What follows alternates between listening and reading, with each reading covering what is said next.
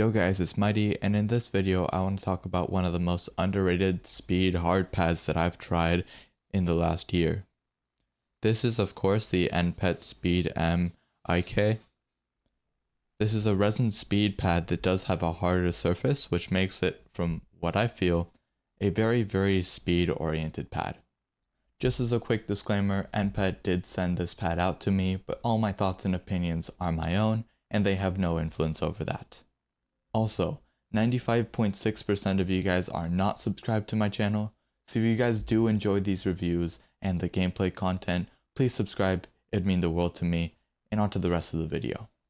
This mousepad does come in two sizes. The one I have here is the medium size. The medium is 36 by 30 cm, and the large is 45 by 40.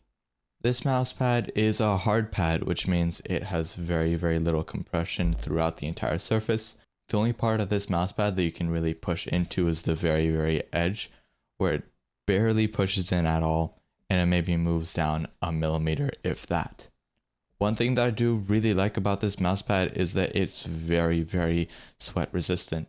While on glass pads and similar pads like that, I do find that my arm would kind of stick to the pad, or there would be a little bit of residue after I do leave my palm in a certain position for a long time.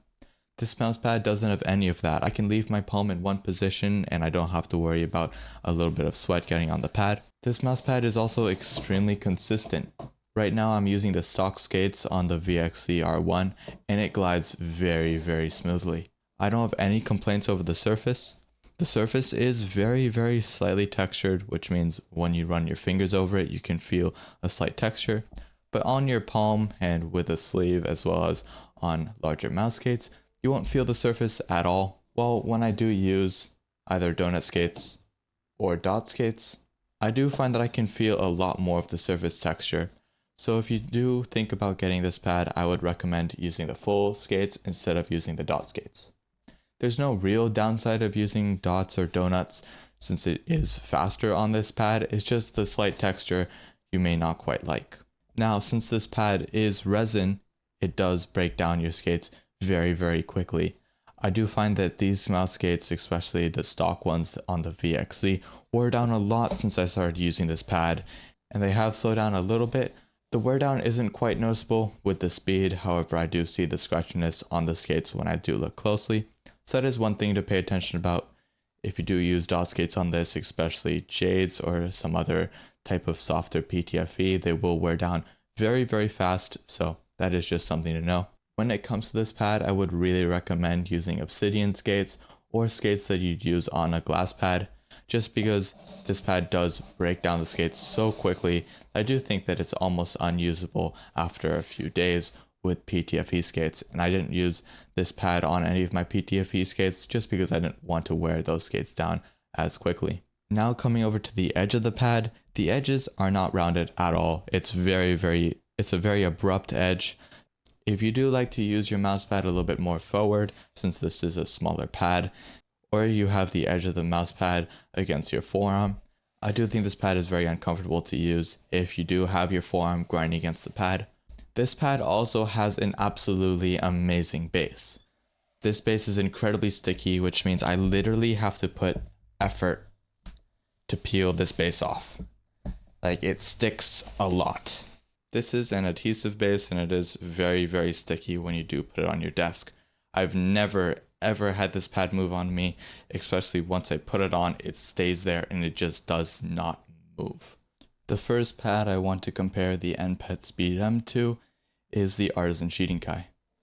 Both of these pads do have very low dynamic and static friction. However, I do feel that the speedm does have a little bit less dynamic and static friction. It is faster than the sheeting kai, but the surface of the sheeting kai is a lot smoother than the NPET is, and it is very noticeable when you use this pad on different skates or just moving the pads back and forth. The next pad I'll be comparing the speedm to is the Padsmith Dark Chaos. The speed difference between the Dark Chaos and the NPET is very similar. I do feel like they both have very close amounts of dynamic and static friction. If you didn't know, the Dark Chaos is on the control end of glass pads. It is more balanced than something like a skypad. So if you already do have a control speed pad, or if you're thinking about getting one but if you don't like the properties of glass and you do want something that sticks a little bit better to the desk, I would say the SpeedM's the way to go. One major difference between these two pads is the surface feel. The Dark Chaos is known for having a very, very smooth surface. I do think that is one major difference. There's a very distinct surface feel and sound difference between these two pads, so it just comes down to personal preference which one you do like more. The final pad I'll be comparing the SpeedM to is the skypad 3.0. I do feel like when it comes down to it, the skypad is overall a faster pad, both with dynamic and static friction, than the NPET is. However, the skypad does collect dust much more easily than the NPET does. The NPET has no reactivity to dust at all. I don't have to wipe down the pad at all when I get onto my PC after school. However, on the skypad, I do have to wipe it down, otherwise I do feel the dust a lot more. The skypad is also louder than the NPET is. The NPET is a quieter pad than the skypad is.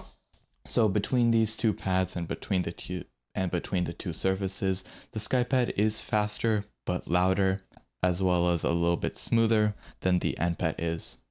That's all for my thoughts and opinions on the NPET pad. Thank you guys so much for watching. Until next time, peace.